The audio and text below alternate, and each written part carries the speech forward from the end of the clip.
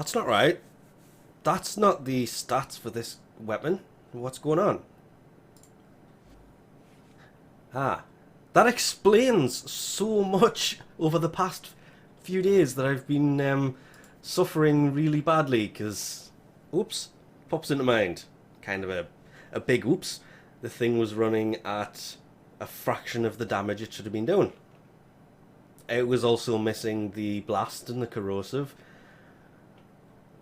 Oops. Also, what? I didn't realise that was the build I had in here. That's actually really bad. It's just pure elemental. Anyway, not what we're here for. We're here for Grendel's new weapon. The finding it and amongst all of this is going to be next to impossible. There it is. Wow. Actually, compared to what I'm using, it does a lot more damage.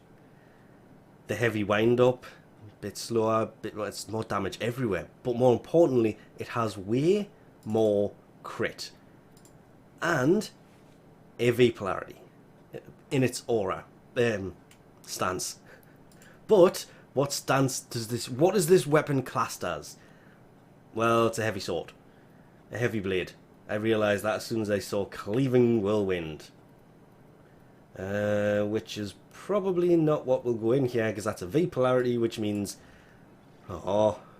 Rending Crane.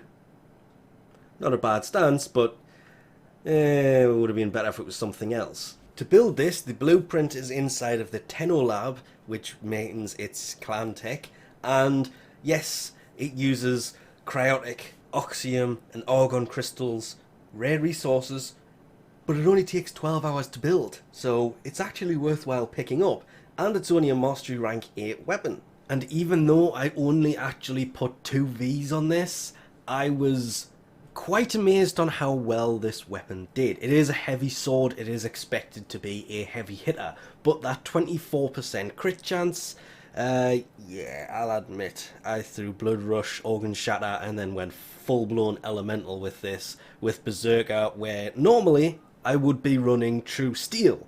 I then also very quickly threw Condition Overload in instead of True Steel, because yes, it's a 24% crit chance. This actually made the weapon do a little bit less damage, because Blood Rush only adds 60% crit chance, so you could just throw True Steel in and have the 38.4% all the time, but Blood Rush kind of works a little bit better because it kind of stacks with the combo multiplier. The reason for Condition Overload is 95.2% status chance with 4 of the dual stat elemental mods.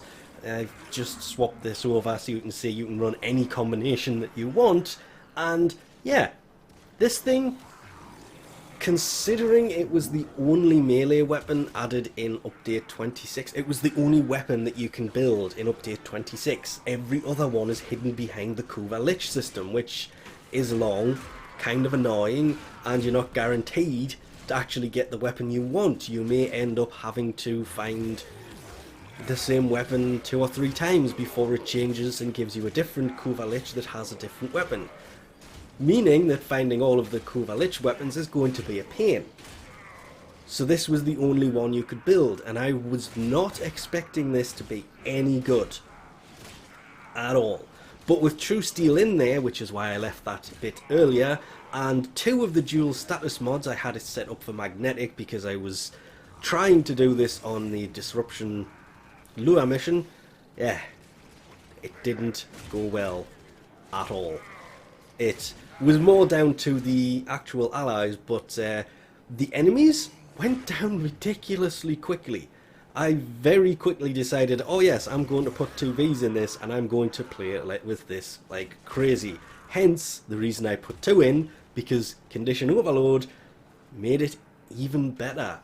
I was, by the time I'd finished with that second forma, Condition Overload was on, I was really tempted on just straight up retiring my the Tatsu, because I've used the Tatsu since it came out, but this was actually really impressive, and looking at it, the whole crankshaft style sword was really interesting. It just doesn't have the same appeal that Tatsu has with its slide attack, but when wielded by Grendel, it makes him immune to stagger and knockdown. during heavy attacks, but only when he has it equipped. If you have it holstered, you can still be knocked over. So that perk to this wasn't really noticeable unless you're actually wielding it with Grendel, and then you will notice it. So I think while I'm still playing with Grendel, I'll leave it equipped because it's quite an interesting weapon, but it works just as well in any Frame's hands. It's actually quite an impressive weapon for something I was expecting to be rubbish, being the only melee weapon, any kind of weapon, the only weapon that you can build from update 26. But we'll leave this off here for now. Thanks for watching, and I'll catch you next time.